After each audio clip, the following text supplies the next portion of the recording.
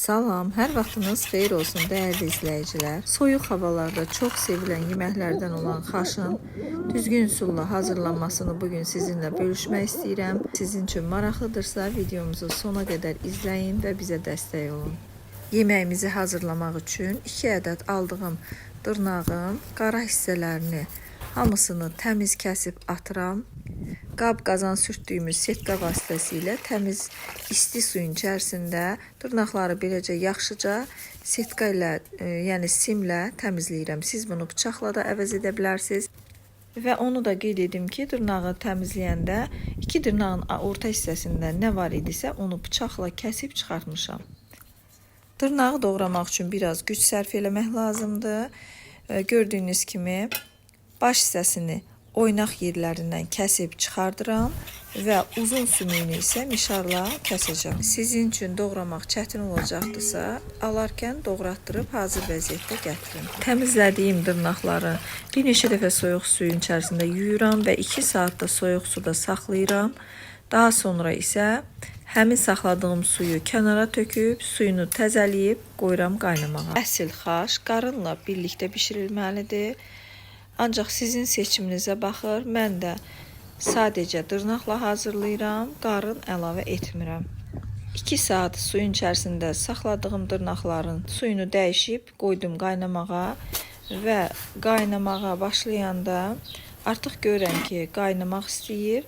Tikələri içərisindən çıxardıram və suyunu bir kənara götürüb süzürəm.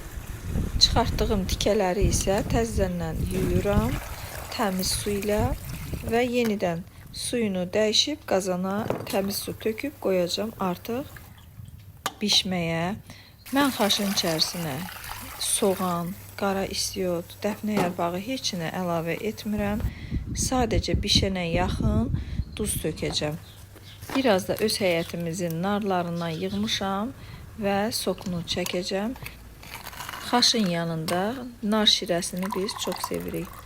Süfrəyə verərkən isə xaşın yanında sarımsağı və sirkəsi mütləq olmalıdır. Əlbəttə ki, sirkəsiz xaş yeyilmir. O sirkə də ev sirkəsi olsa lap yaxşı olar. Gördüyünüz sirkə keçən il özüm hazırladığım alma sirkəsindəndir və içərisində isə sirkə analar var. Onu göstərməyə çalışıram sizə.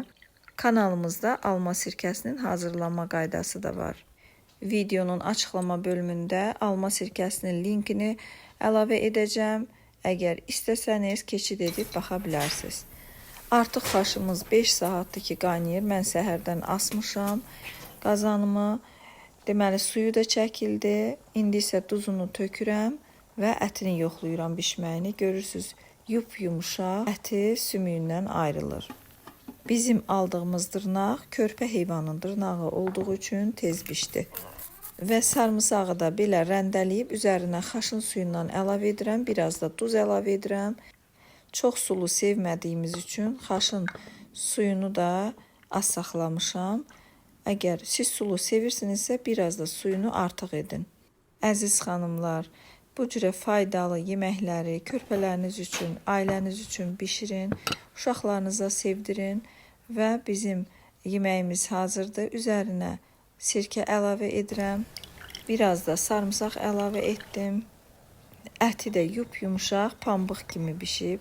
Dəyərli izləyicilər, əgər videomuzu bəyəndinizsə, kanalımıza abunə olub yorum yazmaqla bizə dəstək olmuş olarsınız.